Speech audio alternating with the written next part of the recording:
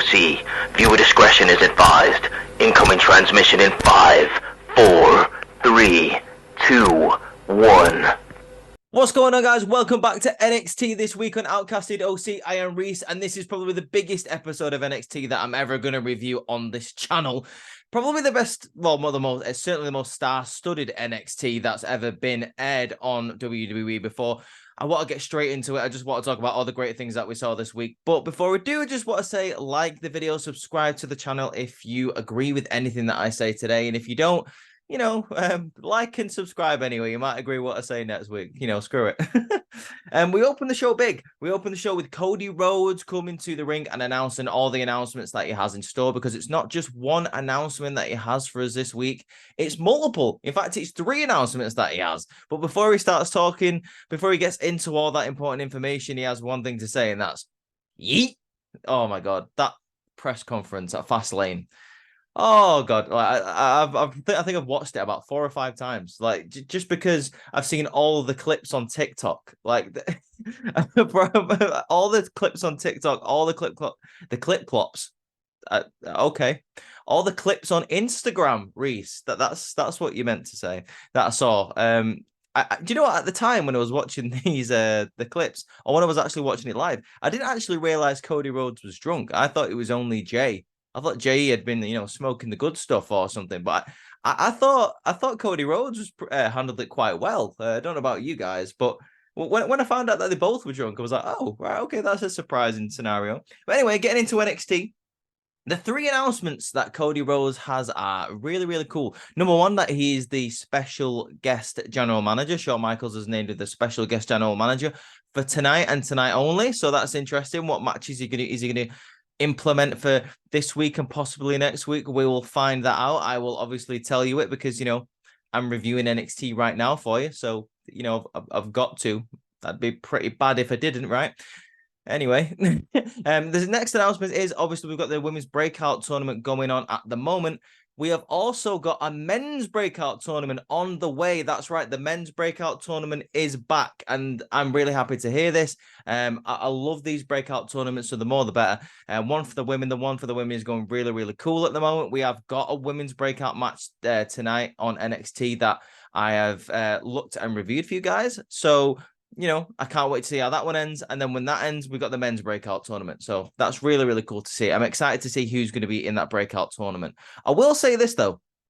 We have just released a couple of superstars that I thought was going to be in this breakout tournament. And I did have that in mind when I was, you know, when I was hearing about all these releases, I was thinking to myself, God damn, like, you know, it's kind of weird that they've released all of these people, and like, you know, everyone in the developmental region of like NXT and stuff like that, and you're releasing all these people who could actually be in a breakout tournament. So I thought that was a bit of an odd decision. I won't lie to you. Well, hey ho, you know, we move on, don't we? Yeah. And the next announcement that we have got, guys, is it's the Dusty Tag Team Classic. It's back, baby. It is back and in charge. I am so happy for this. I thought it was really weird not to see the Dusty Cup. I don't think it was on last year. Correct me if I'm wrong, but I don't think it was on last year. But the year before it was, and the Creeds won it. I'm really, really happy to see that back. It's produced some of the best matches in NXT history, and it's always nice to see a good tournament. I'm always happy to see that. So let's go, baby. Dusty Cup is back. I'm absolutely buzzing for it. I really, really am. Next, guys, Ilya Dragunov comes out to welcome Cody Rhodes to NXT. Ilya Dragunov basically says that Cody Rhodes inspires him because he also brings that fire, intensity, and passion to the ring. And he does that when he is NXT champion because he feels only him, that being Ilya Dragunov, can bring the fire and the passion to the NXT championship that he brings every single week. So he's kind of relating himself to Cody Rhodes there.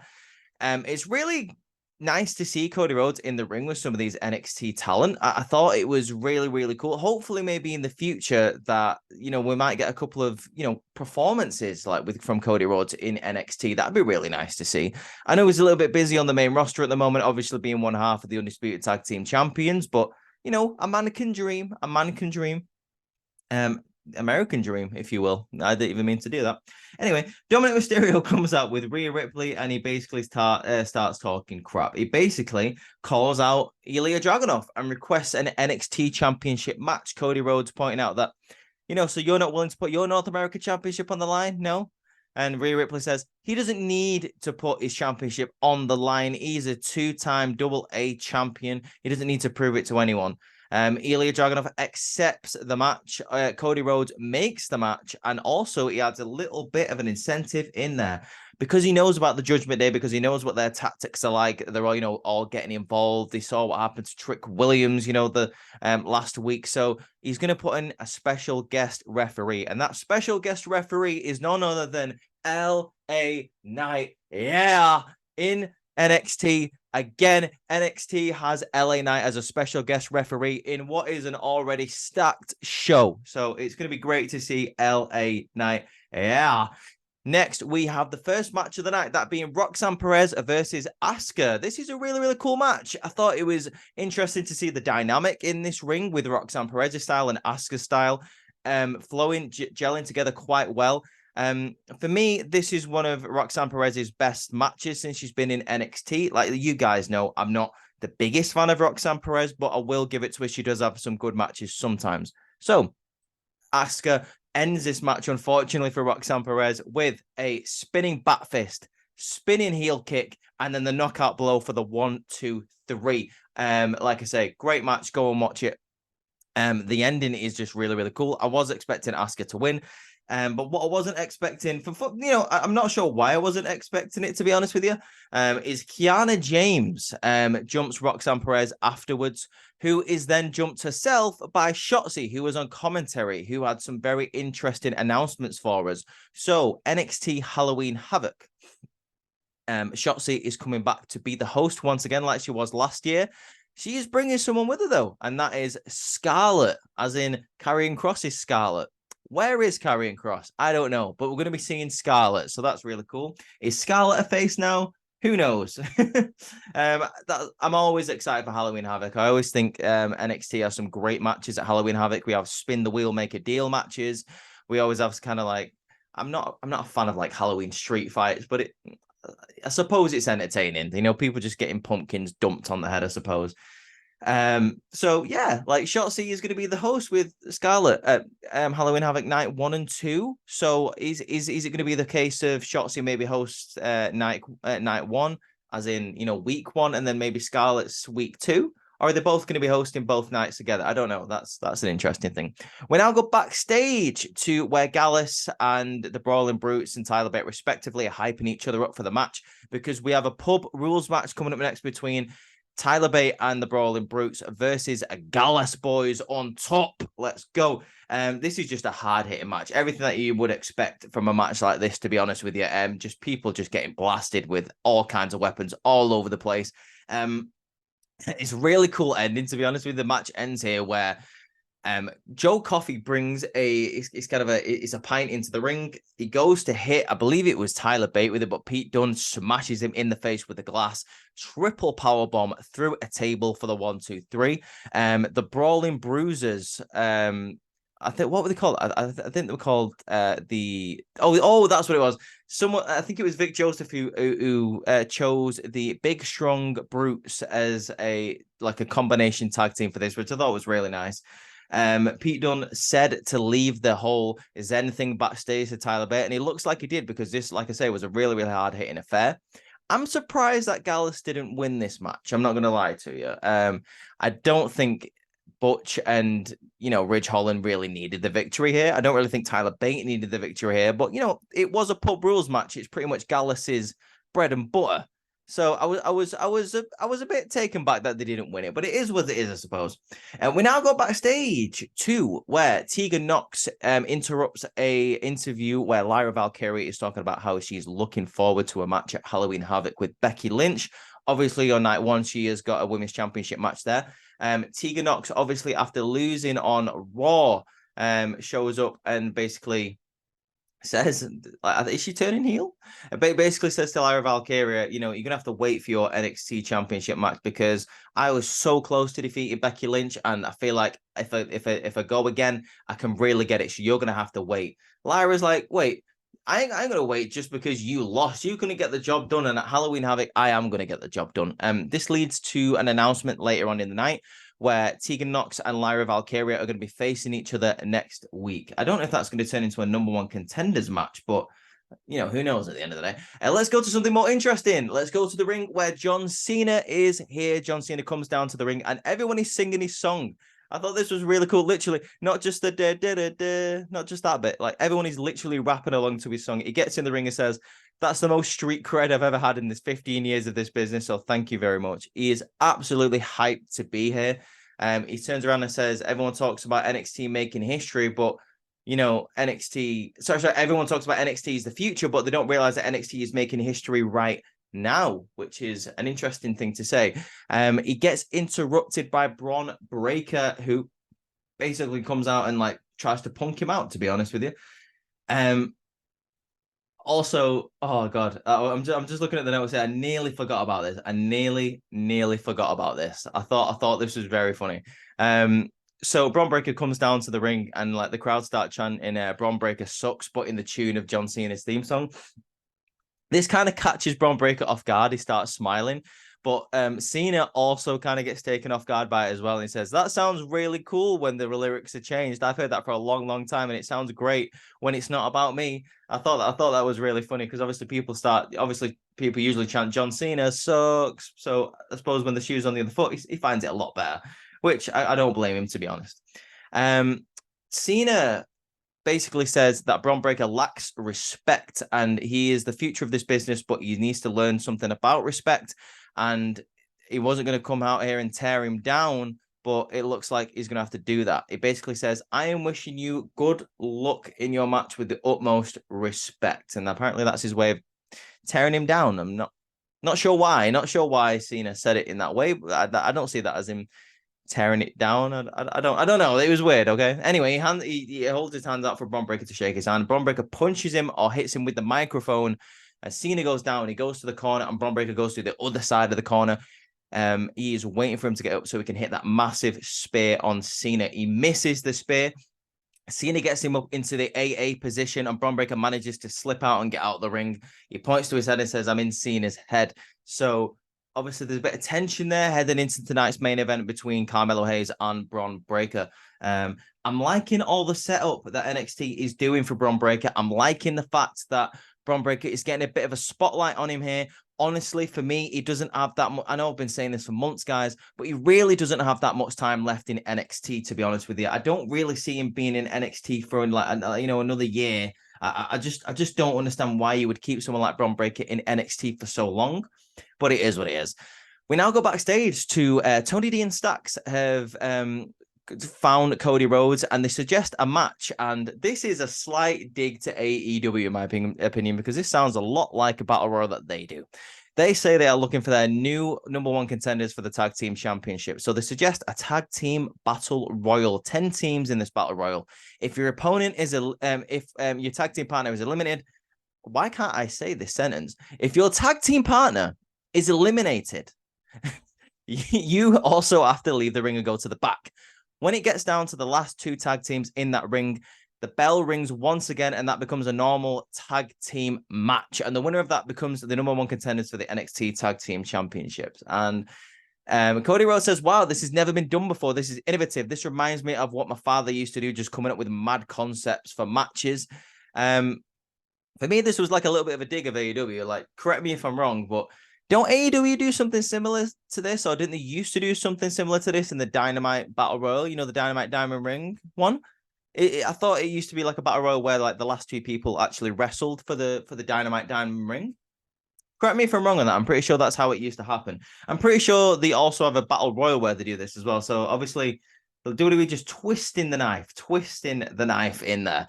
We now stay backstage where Baron Corbin has requested some time to talk about Ilya Dragunov and the NXT Championship. It feels like Ilya Dragunov is ducking him because he knows Baron Corbin is the only person to pin Ilya Dragunov apart from Carmelo Hayes, who he says, let's face it, just survived against him. He's ducking him. He's just handing out title matches to people like Dominic Mysterio because it's an easy victory. He knows he can win, and he's just trying to pad out his title reign with matches. He goes to carry on talking, but he gets interrupted by LA Knight's music, so Baron Corbin just walks away. We go straight into the NXT Championship match now. LA Knight obviously is the first person to come out because he's your special guest referee. NXT Championship, baby. Let's go. Ilya Dragunov and Dominic Mysterio fighting it out for the biggest prize in NXT. Not really that much to talk about in this match, to be honest with you. To be fair to Dominic, he gets a lot of offense in, a lot more offense in than I thought he was going to on Ilya Dragunov. But this match does come to an end here where Judgment Day try and get involved. Ilya Dragunov is obviously distracted by all the Judgment Day around the ring. But unfortunately for Judgment Day, LA Knight is there to hit the blunt force trauma. I believe it's on JD McDonough. More members of the Judgment Day, I believe it's Finn Balor tries to get involved, who then is foiled by Trick Williams, who helps Ilya Dragunov retain the NXT Championship. He hits the Torpedo Moscow on Dominic Mysterio for the 1-2-3. I mean, Dominic was never going to win the NXT Championship, but, you know, it was a good match to see, I suppose. Obviously, the more star power in NXT, the better. After this match, Baron Corbin comes and starts walking down to the ring. Obviously, he's coming out to basically challenge Ilya Dragunov for the NXT Championship to confront him in the ring. But before he can even get to the ring, Dijak jumps Ilya Dragunov from behind and jumps out of the ring and says to Corbin, I got to him first, so you're going to have to wait in line, basically. And that sets up something later on where Cody Rhodes is talking to Baron Corbin backstage, and Baron Corbin basically says, I want to be even. You know, I want the match. I want the match that I'm entitled to. I'm the only person to beat Ilya Dragunov, blah, blah, blah. Cody Rhodes says, yeah, we know that because you've basically told everyone in here. You've made a good argument for it. You will get your match. But Dijak has also made a great argument. He has made a statement when he jumped Ilya Dragunov. So he did get to him first. So I'll tell you what I'll do, Mr. Corbin. You will get your match. But it's going to be a number one contenders match next week. It is going to be a triple threat match. It is going to be Dijak versus Baron Corbin. And the winner of tonight's match between Carmelo Hayes and Bron Breakker will be added to that match to make the triple threat number one contenders match. I feel like NXT are doing a lot of number one contenders matches like lately. In to I feel like over the past 5 weeks, there's been about 4. Maybe even 5 multi-person number one contenders matches for an NXT championship of one or the other, like a tag team one, a North American one, the actual big title, the women's championship. They're all multi-person number one contenders matches. I mean, I'm not really complaining about that. I actually quite like number one contenders matches that are multi-person. I actually really enjoy them. So, I'm not really complaining. But Baron Corbin obviously is not happy about it. We now go to where Trick Mello are talking to CENA. Trick Mello and oh wait, hang on. Are we going there? Are we going? Oh yes, we are indeed. Sorry, I thought I'd skip down my notes there. Yep. Trick Mello are talking to CENA, and Carmelo Hayes is there apologizing to Trick Williams, saying, you said you was good, dude. I already left the building, and then Judgment Day jumped you and you've lost your title. I'm sorry. And Trick's like, it's all good, it's fine. CENA tries to break the ice and make a "you can't see me" joke because he obviously feels the tension between those people. He says, calm down, guys. You're friends. You're going to be, champions one day, so don't even sweat it. Carmelo Hayes goes, you're right. I'm going to go win this match, and then I'm going to go take back my NXT championship, and then we're going to get back your North American championship, Trick. I'm going to go get changed, so I'll talk to you guys in a bit. Trick Williams is kind of watching him walk off, and CENA says, are you okay, Trick? Trick goes, yeah, I've got a question for you, CENA. When did you know it was your time? And CENA just kind of smiles and goes, let's talk. I thought that was really, really cool. Something else that I thought was really, really cool is Paul Heyman was seen backstage by NXT Anonymous talking to Ava.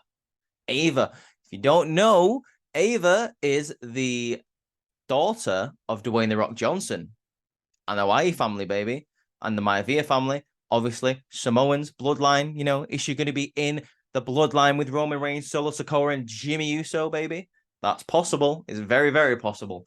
But I just want to go back to the whole Trick Williams thing for a moment. I do think that Trick Williams, his time is now. Not to you know, not to have like a little pun there, but his time is now. You've got Trick Williams there, absolutely amazing member of that roster.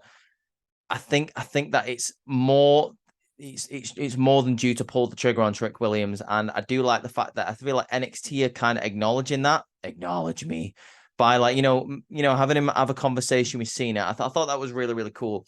Yeah. So Trick Williams gets the advice. Paul Heyman is giving advice to Ava Rain, or just Ava. Sorry, I'm just like looking at my notes and like there's so much going on backstage, guys. So there's a lot of people getting advice. There's a lot of people backstage while the big stars are here, mingling with the main roster talent. It's all really cool to see. Something that is really cool to see. Guess who else arrives? Jade Cargill, which is a big blow to Dynamite because is it Dynamite? Is it? Yeah. I feel yeah, it's Dynamite, right? Was it on last night? I feel like they're going head to head in the ratings, right, or something like that. Like, I don't know, something's going on. Anyway, whatever. Yeah, I don't know if it is Dynamite or like it's definitely an AEW show. I haven't really kept up with AEW for the past couple of weeks, guys. I do apologize. So I know, but I do know they're in competition with each other at the moment. But Jade Cargill arriving on NXT while there is an AEW show coming up or in the midst is like a big kick to the old cojones for me. So it's kind of interesting to see that WWE are throwing this amount of shots at AEW. Next, guys, we do have a segment backstage where do we really have to talk about it? Like it's Nathan Frazier. It's Nathan Frazier basically like calling out Dominic Mysterio, saying like, you don't treat anyone with any respect, or if you don't give anyone any respect, then why should you get any respect, Dom? But he says it in like the most sarcastic way possible. And for me, I just don't. God, Nathan Fraser just really makes me want to turn the channel over. Like, I don't know why. I really don't know why. I just think that his delivery and his promos is just annoying. I just want him to never like speak ever. I don't know, but I'm assuming that means he's going to be beef, like a North American Championship beef between him and Dom. So I suppose, like in the ring, I think he's phenomenal, but. Yeah, I don't know. I don't know how else to say it. I think he's. I know that's how he's supposed to deliver it. I know that's like intended, but I just think it's very grinding on my gears. Like I just don't like it. I don't like it. I don't know how else to say it. I don't like Nathan Fraser. I'm sorry, Nathan. If it ever gets back to you, I love you in the ring. I just think your promos suck. Something that doesn't suck though. We have now got the breakout tournament match of the night. We have got Lola Vice versus Danny Palmer in the first round match. Not much to say in this match. It was a very, very solid match. The person who I expected my favorite to win the tournament, Lola Vice, comes out here with the victory. Danny Palmer had a really good showing for herself here, though. She goes for a standing moonsault on Lola Vice, who avoids it and gets into a submission. Danny Palmer then turns it into a pin, where obviously Lola Vice has to relinquish the submission. However, she stands straight up, straight into it was kind of like a fade to black, like an Aleister Black kick, just a heel kick to the face for the 1-2-3. So very impressive from both of these ladies. Solid match. Lola Vice with the victory, headed into round 2 of the NXT Women's Breakout Tournament. What else do we have it? Oh, Chase U, Diamond. On a show that's full of stars, Chase U continues to shine. So we go into the Chase U classroom. Everyone is there ready to learn, with the exception of Thea Hale, whose chair is empty. Obviously Andre Chase is very upset about this, but he continues anyway. And he says, anyway, guys, we're going to have to, we're ready to learn. Let's go. But before he has a chance to start teaching the class, Thea Hale does come in and says, Mr. Chase, JC Jane, told me to come back to class. So we'll come back to class on one condition. And Andre says, what's that? And Thea goes, that JC can come too. And then JC comes in with a bit of a Chase U colored hat. Love it. Yeah, JC Jane, just once again pulling off some amazing skills in promo work and acting skills. I love her in this role. So they both sit down, but while he's trying to talk about Halloween Havoc, bless him, Andre Chase, JC and Thea start distracting the class. Oh, dearie me. So eventually, what does Andre Chase do after trying to ignore it for so much? He goes absolutely insane. He grabs Dave's phone. Poor Dave. Well, that's right. I don't know who Dave is either. He gets his phone and smashes his phone. He says, whatever good comes from social media, you know, you need to concentrate. You need to focus on your notes. But obviously, he says it worse than me. He just starts swearing all over the place. And JC Jane goes, listen, sir, why aren't you excited? Look what's going on. It's just been announced that you and Duke Hudson have been announced for the Bada Bing Bada Boom Battle Royal next week for the Tag Team Championships. Let's go! So obviously all the crowd then, all the classroom start chanting, chase you, chase you, chase you. Duke Hudson goes, well, I guess good things do come from social media, right, Dave? Dave's just saying like, my phone, man, my phone. He's just bothered about his phone. Poor Dave, I don't blame him.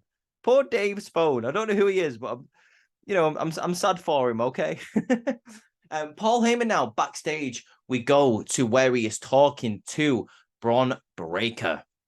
And he says, like, basically, you are the future of this business. You are a future main eventer. You are going to be in the main event of WrestleMania. They don't call me the wise man for seeing the past, for knowing the past.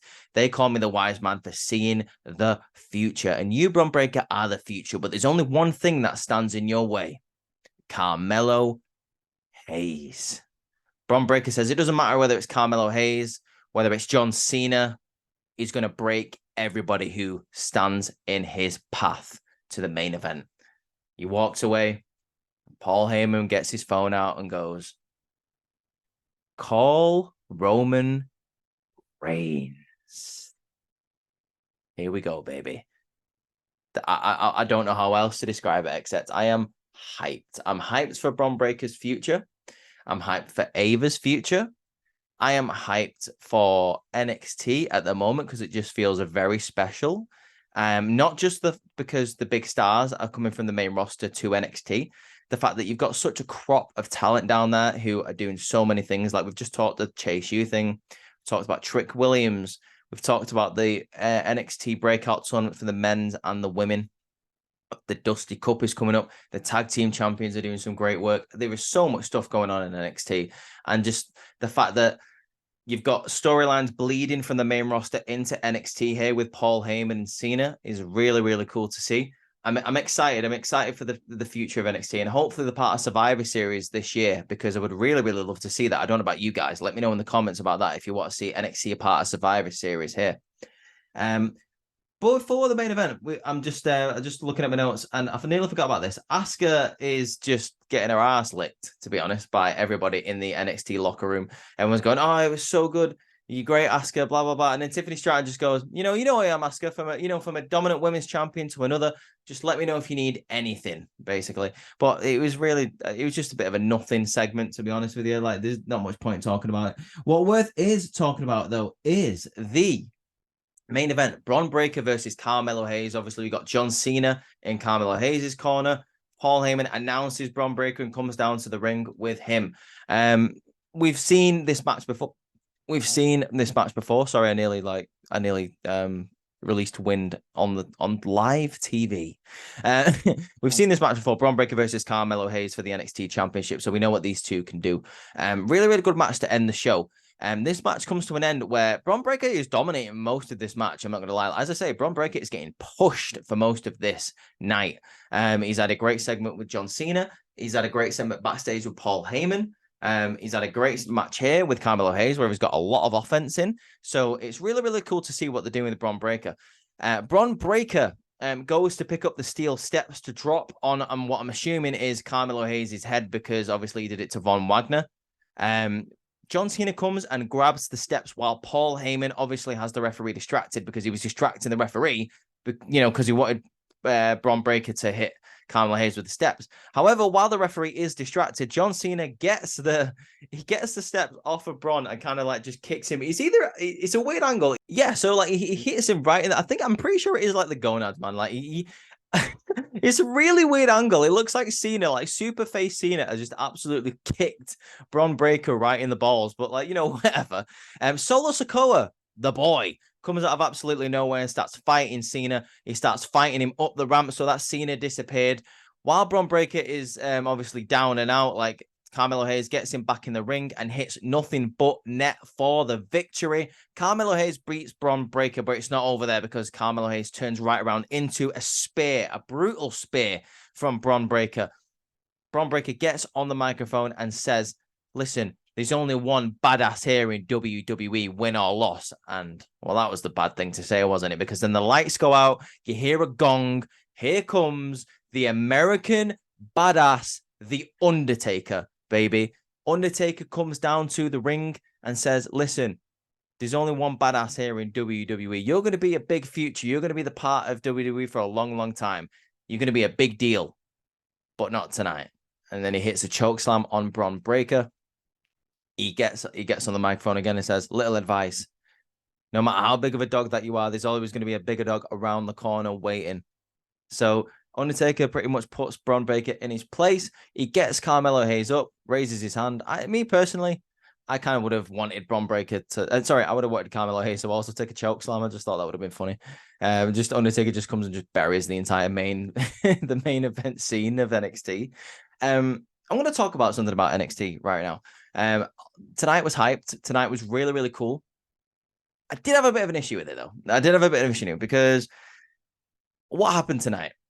You had Asuka beat Roxanne Perez. You had The Undertaker come out and choke slam Bron Breakker. Although Bron Breakker did have a lot of, he got put over quite a lot in NXT this week. He also got kind of punked by Cena. It was a little bit of a case of some main roster people coming down and kind of putting themselves over on not the rookies, but the NXT division. But it is what it is. I thought it was a good show. What do you guys think of this week's show? Let me know in the comments. Did you enjoy it? What was the best part of it? What was the best cameo? I really thought all the announcements this week was really cool from Cody Rhodes. Obviously, like I say, just recapping, we've got a new men's breakout tournament coming. We've got the Dusty Rhodes Tag Team Classic coming back, which is really, really cool. But yeah, let me know what you think of it in the comments, guys.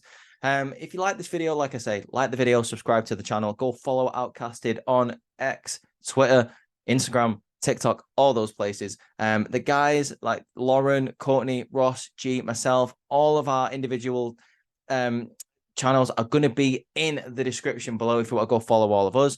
Stay tuned tomorrow because on the podcast, we are going to be ranking the NXT theme songs. Sorry, no, we're not. We're going to be ranking the WrestleMania themes. I've got NXT on the brain. Can you blame me, though? It was a great show. We're going to be ranking all the WrestleMania theme songs. So that's going to be really fun. Now, now that I think about it, that's a really good idea for an episode. I want to rank all the NXT theme songs. All the takeover ones from back in the day. They're really cool. I'm going to keep that on the brain. As if I've not got NXT on the brain enough. But anyway, guys, hope you have a great Wednesday. I'll chat to you guys later. Peace.